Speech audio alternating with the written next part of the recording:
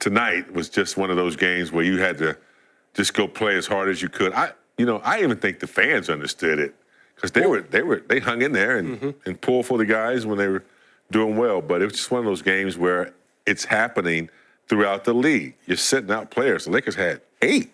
Yeah. Six. Also, yeah. James, I think people understand the situation, at least people that follow the Lakers, because there's been national news around the 6 games in 8 days, the 4 games in 5 days. They can now put that behind them. Obviously, the fires that happened in January moved some games around, and that added a couple of back-to-backs. There's nothing you can do about that. It's no excuse. It's just the way it is. It's the way it is. And so people, I think, understand guys being banged up and needing to rest some minutes. And listen, the effort was definitely not the issue tonight. The guys played hard all the way up to the last whistle. You expect that from JJ's players. But the Bucks tonight, I mean, Giannis just, that's a tough cover. He got to the line 12 times. Anytime the Lakers kind of threatened Brez and they got in there, within the 8 points, Giannis would get to the line, or they'd go on a run and hit threes and, separate. Yeah, first of all, the Bucks, a little healthier. Lillard didn't play tonight. But the Bucks, they need this game. Yeah. They're in a dogfight for 4th in the East, right there with Indy and Detroit, James. Yeah. Detroit, the Pistons are back. And so they just needed this game more than the Lakers. And they're healthier, is all it comes down to. I would say we should have, like, streamers coming down from the ceiling here. Maybe some of those little pop guns we have where they shoot out the confetti, just for surviving 6 games in 8 days. Like, it's the worst schedule as far as, like, all these games jammed into such a little space since 2011, when they started the lockout shortened season in December with a back-to-back-to-back right out of the chute. I mean, that's a crazy amount of games. All 3 were back-to-back situations. Yeah. And the fact they went 3-3, you don't celebrate 3-3 in a 6-game situation anywhere. But for this one, I'm just glad it's over, because this has been ridiculous. And like you said, nothing you can do. It's the schedule makeups because of the fire, and that's that. Sorry. So here's the reality. Here's the reality now. You look at the standings. There are 13 games left, and we talked about it a lot in the pregame show. As we show you, it's going to change on a nightly basis. You have to remember, a lot of teams still going to face each other. You never know what happens in the NBA. You got the Grizzlies, the Warriors, and the Clippers, and the T-Wolves all within a couple of games of each other right there. That 5, 6, 7, 8. The Lakers now drop back to the 4 spot. They're basically in a tie with the Nuggets in the loss column, behind the Rockets by 1 for the 2 spot. The Rockets have won 8 in a row to get themselves into this spot, and the Lakers have lost 5 in that span. So the Lakers had a nice lead on the Rockets, but we've always said that a win streak at this time of the year, you can catapult up 2-3 spots overnight, and that's what's happened for the Rockets. Remember, the Lakers will play them at home later in the month. And if you want to look forward to the Lakers and what they have coming up, you got a Bulls team on Saturday at home. The hope is that you have all your bodies back. Maybe you have those 2 back, Rui and LeBron. The hope is that you have them back. If not, then you got to think they're back for that road trip. Orlando, right? You got Orlando in there. Indy.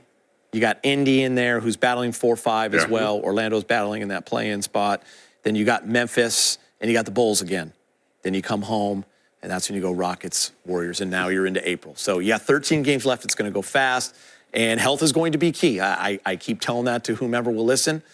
That's the bottom line, because we've seen, James, what this Laker team is capable. They don't even have to be 100% healthy, and you see what they're capable of. Well, 80% healthy. The schedule warmed down a little bit, obviously, and I'd much rather see, the coaching staff and the training staff say, look, we're going to sit out this back-to-back game.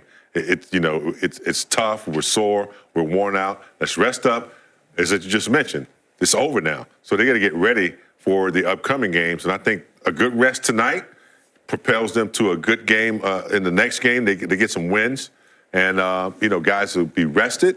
Get LeBron and Rui back, then you start to jumpstart your team from where you were, and then you're going into the playoffs. Yeah, I mean, we said it. Brez had his predictions board going up in the pregame show that the goal for sure is home court advantage in the first round. And if you can get it in the two rounds, even better. But first round, you want to have it. You got to have it. It's been so long since the Lakers have hosted a first-round playoff series.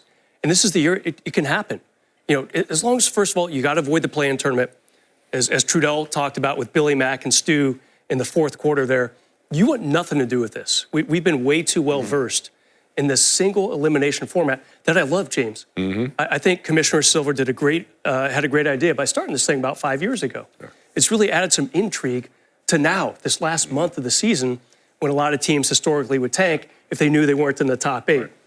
That's all fine and dandy. The Lakers, no more. That's it. So now, then you say, okay, let's try to get top 4, and right now they're there. And that could be part of the mindset of why they sat a lot of guys tonight. Again, 6 games, 8 days. That's crazy. You probably played that like every other week. So like once a month we had that. Yeah, exactly, right? But nowadays, that's just something you don't see. Because again, back to Commissioner Silver, he likes players to get rest. He got rid of the 4 games in 5 days almost 10 years ago. He hated it. Yeah. It's one of his first things he did as a commissioner, and here the Lakers had to do it recently because of these makeup games. Yeah, then you wake up Saturday morning and you're going to take a look at the standings because tomorrow night, Clippers will be playing the Grizzlies, 2 teams that are behind the Lakers. So it's, I always look at that as a win-win. You're either going to put that 7 seed even further behind you so you can chill a little bit, or you're going to knock Memphis back a couple of games. I don't think they drop down into the play-in. I don't either, but I mean, it's still nice. It could happen. Listen, we don't want the play-in. We've had it. No. We're done with that. I mean, I want to enjoy those couple of nights watching without any panic. Wouldn't that be fun? I think they've already determined that they're not going to be that team this year. It's just, you can just feel something. They're too good. You just feel something there. They're not, and it's like they're not going to be denied. Yeah. When they're healthy, when they're full, and I think that's what they're trying to do is get everybody back on the court together. And when they get back on the court, listen, with 13 games, their goal healthy with 13 games left is to try to get to that 2 seed, which they can. Yeah, that'd be huge. Yeah, 10-3 would be great, wouldn't it? And keep in mind, if you avoid the play-in tournament, that's a whole extra week of rest. Because you know the Lakers... It is absolutely... You have to have it. Yeah, you have a few practices. A guy named LeBron. Chill practices. And really good when he takes a week off. He's not bad. So, for a little time. I want to give Bronny some love because we're trying to look for some positives, and he looked great tonight. He really did. He had 17 points on 7 of 10 shooting, so 70% from the field, 2 of 4 from 3, the 5 assists, and by the way, probably could have had 8 or 9 assists if a couple of bunnies would have been hit. He was dropping dimes. 30 minutes. You just got to be happy for him. And James, he said this, I think at halftime maybe, just the comfort level, right? Like you can just, it's fun to see, and we see it with all young players as they come up through the system.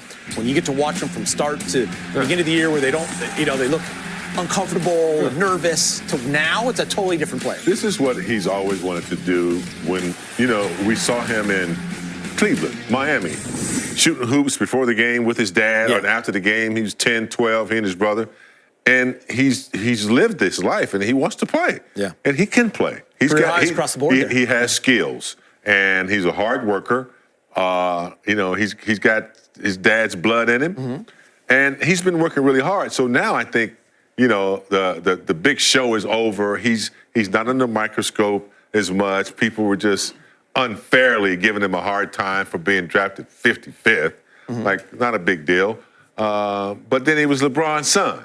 So automatically he started getting that friction and hate from people. But now I think he's like, okay, you see him in the G League, I can play. Stepping up, I don't care who's playing on the court. He's playing against NBA players. And what I'm seeing is relaxed. He's not thinking anymore. And, it's hard for him. I can see him going to the scoring table and people are like, Bronny. I mean, they're chanting his name everywhere he goes. It's really tough, but I think he's, let me play. The fact that he plays under those circumstances tells me a lot about the young man. Honestly, it tells me a lot about him as a player, too. There's a lot of pressure there, right? Everyone chant your name, wants you to shoot every time you touch the ball. By the way, his decision-making, I think you have to, it was really impressive.